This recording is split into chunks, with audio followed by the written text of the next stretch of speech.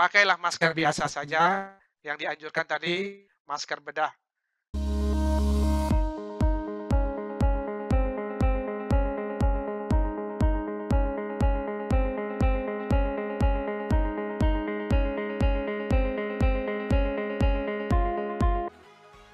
Halo, apa kabar semua? Assalamualaikum warahmatullahi wabarakatuh. Waalaikumsalam warahmatullahi wabarakatuh. Kita masih suasana bulan Syawal. Saya mengucapkan minal aidin wal faizin, mohon maaf lahir dan batin. Pada kesempatan ini konten saya banyak yang ditanyakan netizen untuk dibahas. Apakah goes yang aman untuk usia lebih 40 tahun? Beberapa hari yang lalu ada seorang goeser mengalami serangan atau meninggal mendadak. Kita tidak tahu apakah itu akibat penyakit jantung atau tidak. Sementara isu-isu yang berkembang banyak sekali. Nanti kita di ruangan ini kedatangan seorang tamu yang cukup kompeten yang akan membahas. Dia goeser sejati. Kemudian dia adalah Dr. Muhammad Sukri, spesialis penyakit jantung dan pembuluh darah. Beliau kardiologi atau ahli jantung intervensi dari Rumah Sakit M. Jamil Padang. Kemudian sehari-hari beliau juga kepala bagian kardiologi dan kedokteran vaskuler FK Unan. Sehari-hari kita lebih akrab dipanggil Dr. Erik saja. Apa? Benar ya, Dr. Erik? Bisa dipanggil Dr. Erik aja? Boleh. Oke. Jadi konten kita hari ini kita akan bahas apakah goes yang aman untuk usia 40 tahun. Karena kita goes ini mencari sehat, bukan mencari keringat.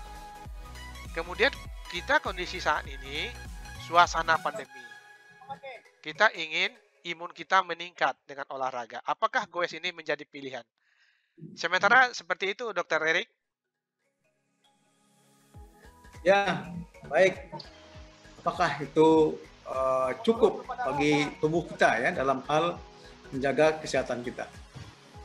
Nah, di sisi lain kita juga harus mengingat bahwa untuk mengurangi atau mencegah terpaparnya COVID ini, maka kita harus mematuhi yang namanya prokes, ya,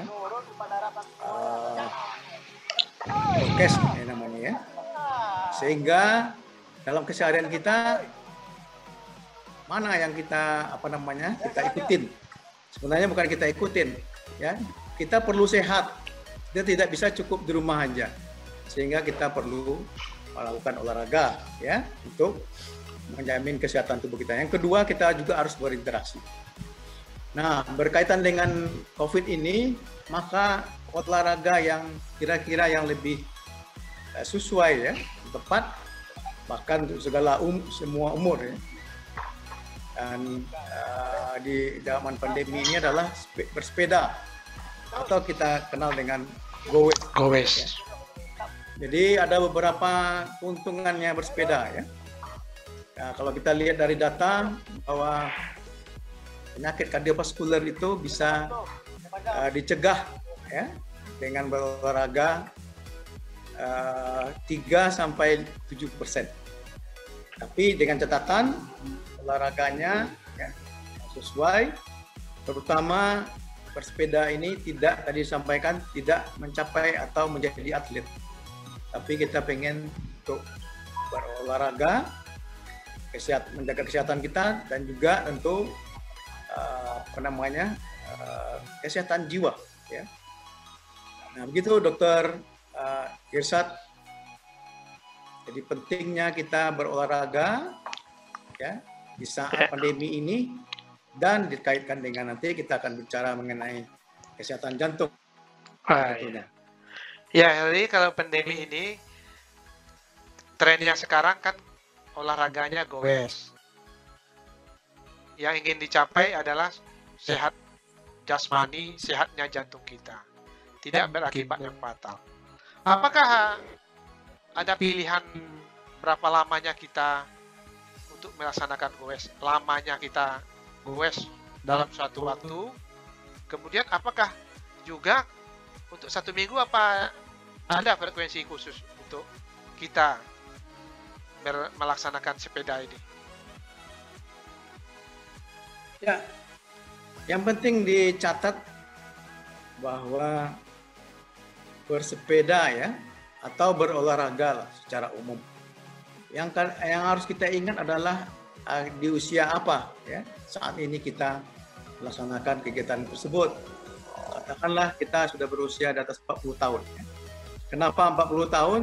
Karena di masa itu sudah terjadi ada perubahan-perubahan pada fungsi jantung, ya, terutama tentu pada aliran darah yang kita sebut dengan penyempitan pembuluh darah, ya, atau aterosklerosis.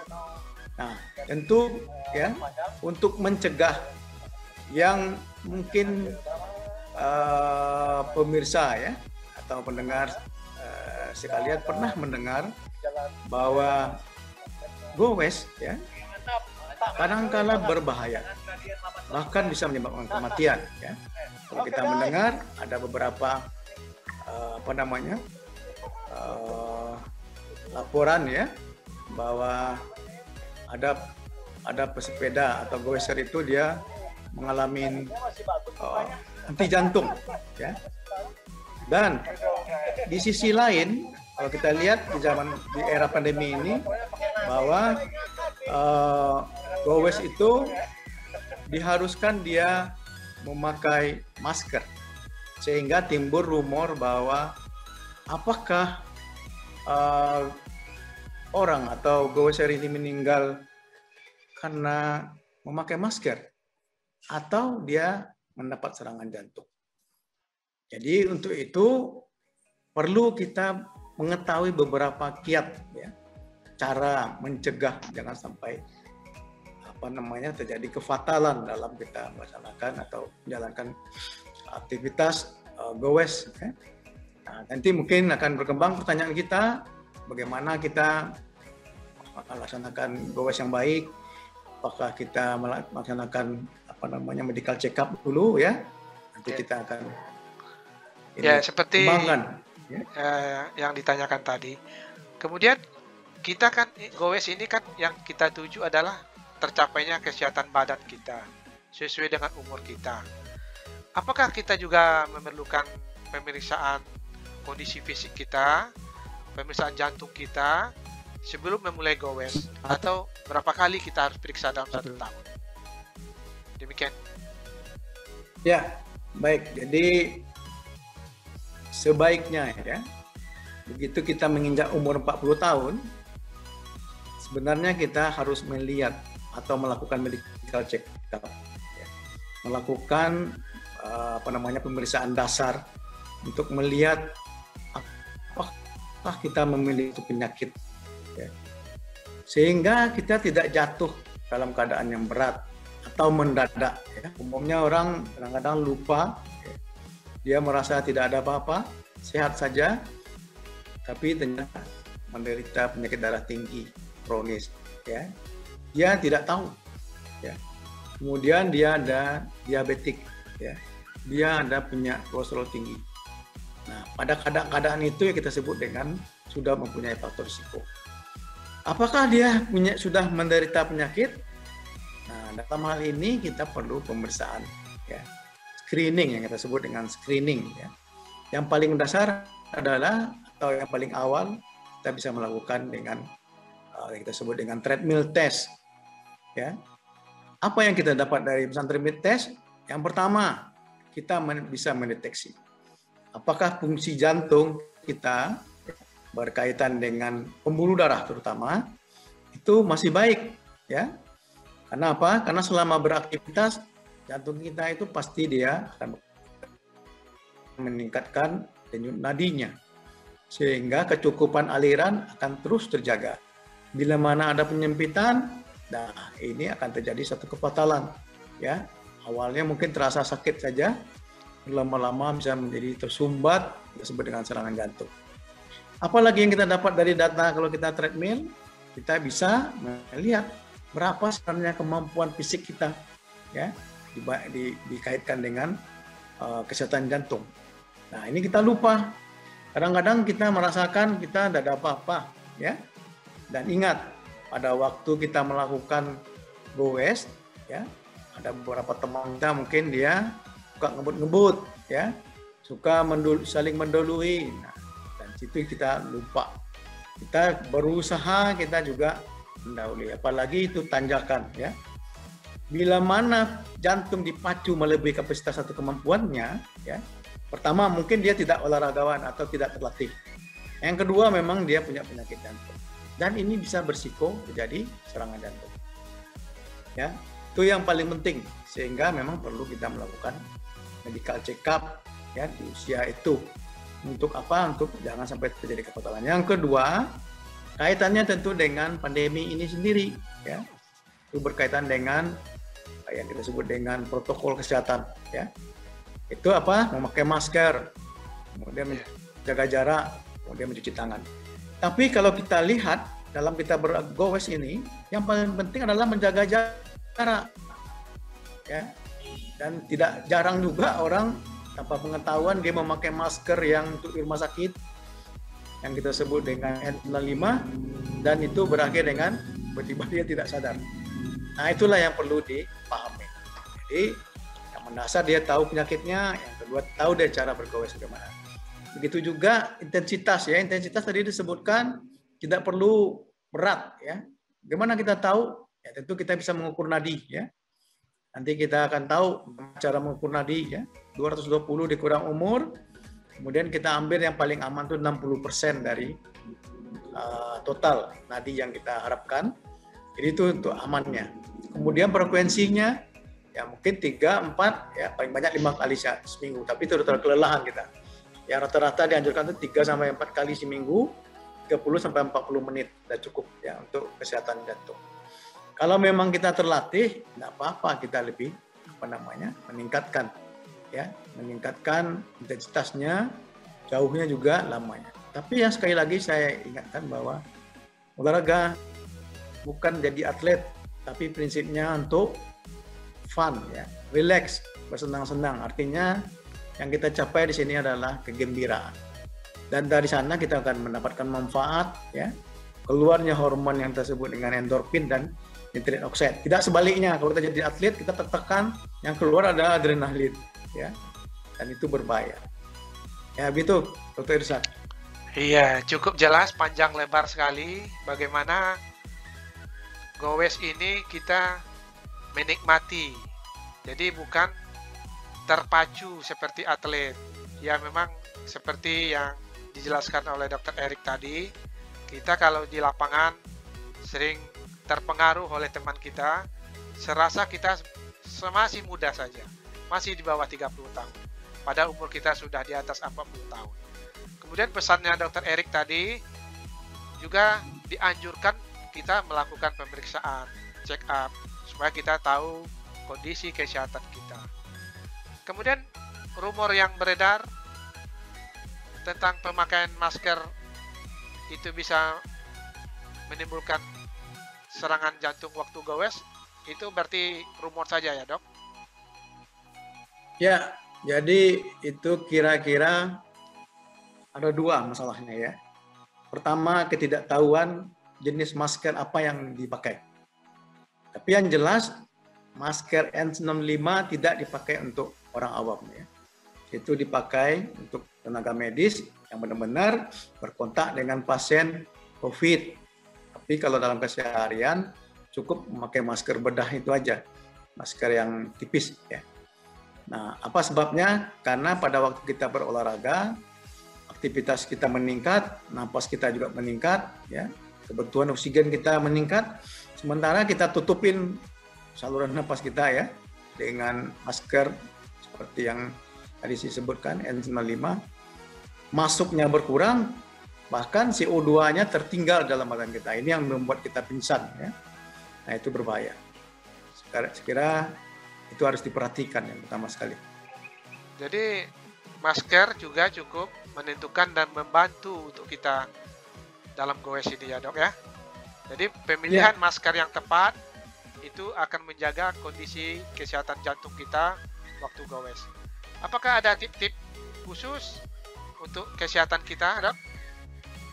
Ya, sebelum kita masuk kepada tips ya, kita nanti akan melihat ya bahwa mungkin akan terjadi pada grup kita bersepeda, bisa saja terjadi bila mana ada di antara teman kita yang mengalami ya tanda-tanda seperti ini ya, tiba-tiba detak jantungnya tidak teratur ya, dia akan mengatakan itu ya, tersengal-sengal, kemudian keringatnya berlebihan, beda dengan keringat kita bersepeda biasanya ya, itu banyak sekali dan lengket ya, badannya pucat, kemudian mual mules sampai dia bilang dia pandangannya kabur ya. Nah pada keadaan itu dia harus disuruh berhenti ya, istirahat. Kemudian bila mana dia tiba-tiba pingsan, nah ini yang apa yang kita harus lakukan.